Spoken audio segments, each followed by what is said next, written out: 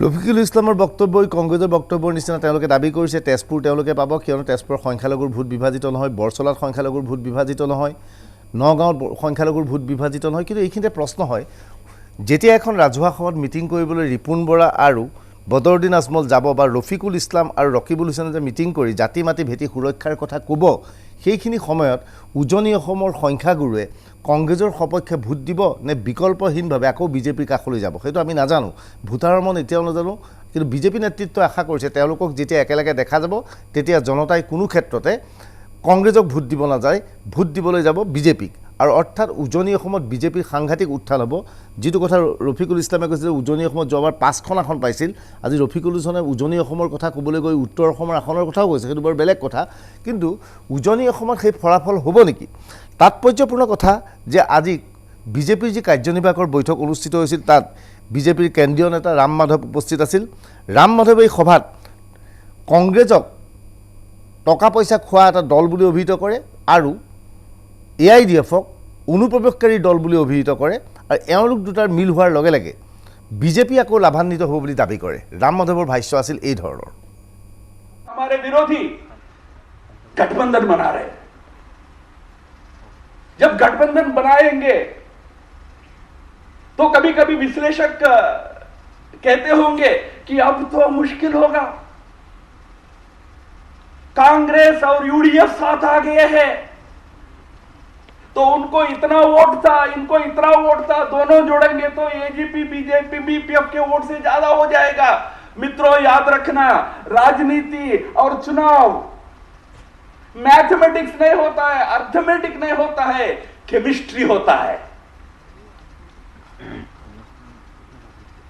Chemistry में हमारा कोई सामना नहीं है मित्रों। हमारी जो पार्टी की केमिस्ट्री है उसके सामने कोई टिक नहीं सकता है, चिंता मत करना, कोई अर्थमेटिक काम नहीं करेगा। और है कौन सामने? मैं तो मजाक से कहता हूं, एक तो पेटियों की पार्टी है। पेटियों की पार्टी समझते हैं? भ्रष्टाचारी जो डब्बा लेकर बॉक्स लेकर घूमते हैं ना, एक तो उनकी पार्टी है, पेटियों की पार्टी है, और दूसरा घुसपैठियों की पार्टी है। पेटियों की पार्टी, घुसपैठियों की पार्टी मिलके हमको क्या चैलेंज देंगे? हमारा पार्टी एक हमारा त्रिवेणी जैसा नेतृत्व है। कभी मैं सोचता हूं कि त्रिमूर्ति कहूं क्या, बट त्रिमूर्ति में क्या होता है, एक बनाने वाला, एक संभालने वाला, एक समाप्त करने वाला होता है। इसलिए मैं त्रिमूर्ति कहूंगा नहीं, त्रिवेणी कहूंगा। गंगा यमुना सरस्वती जैसा त्रिवेणी जैसा नेतृत्व हमारा है। सर्बानंद सोनोवाल जी, हेमंत बिश्व शर्मा जी, रंजीत दास जी, ऐसे त्रिवेणी जैसा नेतृत्व है हमारे पास।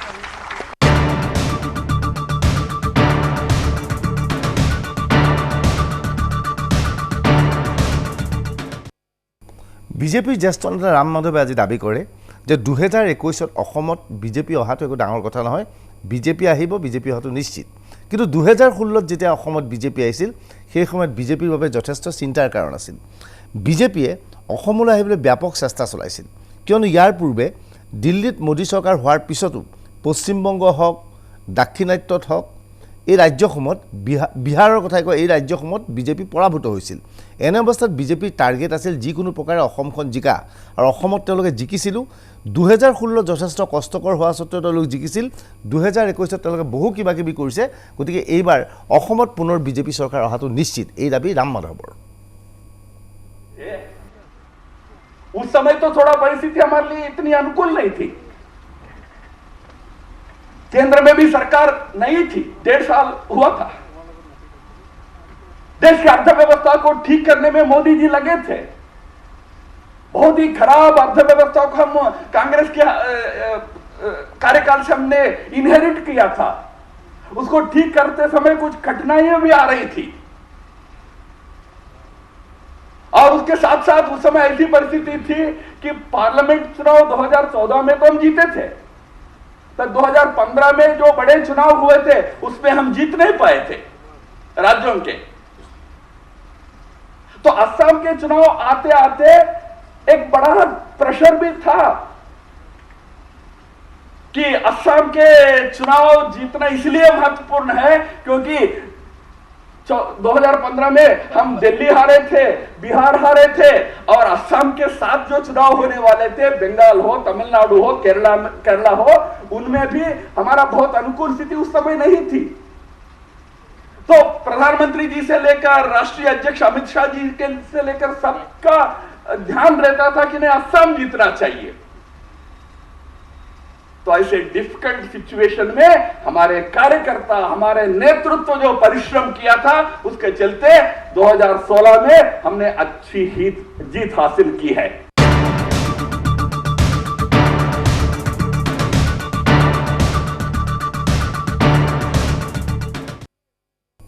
राम माधवे आज बारे बारे कैसे जे AIGF হৈছে অনুপ্ৰৱেশকাৰী দল, কংগ্ৰেছ হৈছে ভেটি খোৱা দল, আৰু এক কথাত ক'বলৈ গ'লে ৰাম মাধৱে AIGFক সাম্প্ৰদায়িক দল বুলি অভিহিত কৰিছে। আজি এই প্ৰসংগত আমি প্ৰশ্ন সুধিছিলোঁ প্ৰদেশ কংগ্ৰেছৰ সভাপতি ৰিপুণ বৰাক। ৰিপুণ বৰাৰ উত্তৰ আছিল এনেধৰণৰ। ধৰ্ম জাতিক অৱজ্ঞা কৰে, ঘৃণা কৰে, তাক কমিউনেল কয়। বিজেপি কমিউনেল, তেওঁলোকে এণ্টি মুছলিম, তেওঁলোক এণ্টি খ্ৰীষ্টিয়ান, তেওঁলোক এণ্টি ট্ৰাইবেল, তেওঁলোক এণ্টি শিডিউল কাষ্ট, তেওঁলোক এণ্টি দলিত, আৰু সেইকাৰণে তেওঁলোক কমিউনেল। আমি কংগ্ৰেছ কমিউনেল নহয়।